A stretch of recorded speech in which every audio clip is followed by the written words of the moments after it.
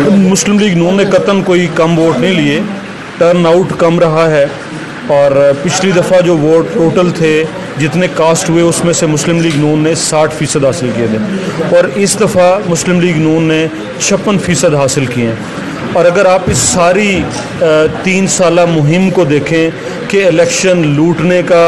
Election की धांधली का, वो उर्दू बाज़ार का पप्पू, वो इलेक्शन कमीशन के एक साहब जो जिनको कोई नाजिल हो गया था कि ये आरोज़ का इलेक्शन है, और उसके बाद फिर पूरी एक वो मुहिम जो करप्शन के नाम पे चली और ऐसी मुहिम जिसमें आसिफ अली जरदारी साहब जो है वो पवित्र ठहरे। तो मैं उन इदारों से ये सवाल भी करता हूँ और मुबारकबाद भी देता हूँ कि अगर अयान अली को बाहर जाने की इजाज़त है, अगर आसिफ अली जरदारी साहब और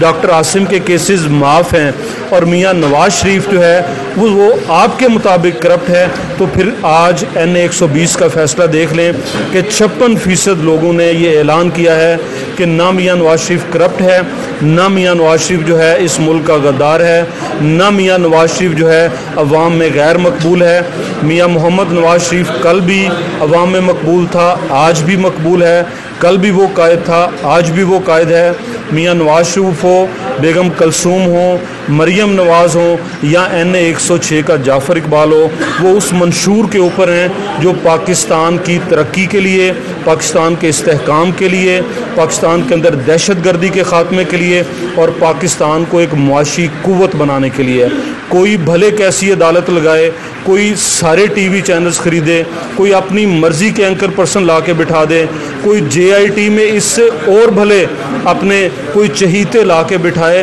और जैसा चाहे हमारा एहतसाब करे, लेकिन एक पैगाम जनाब इमरान खान साहब के लिए भी और एक पैगाम उन कारीगरों के लिए जो इमरान खान साहब को ये गुर बताते हैं कि बैलेट बॉक्स से वही कुछ निकलेगा जो अवाम का ज़मीर होगा। और कल अवाम के ज़मीर की आवाज़ मियाँ मोहम्मद नवाज शरीफ थी और इसके ऊपर सबको लब्बाई कहना होगा। कलसूम नवाज के इलेक्शन जीतने के बाद वज़ारत उज़्मा की तब्दीली के कितने ये पार्टी का फैसला है। पहले फैसला ये हुआ था कि मियाँ शहबाज शरीफ साहब आएंगे, फैसला तब्दील हुआ और ये फैसला हुआ कि शायद खाकान अब्बासी साहब 18 तक कंटिन्यू करेंगे। बहरहाल ये पार्टी की हाई कमान का है, वो जब जो भी फैसला करे कर सकते।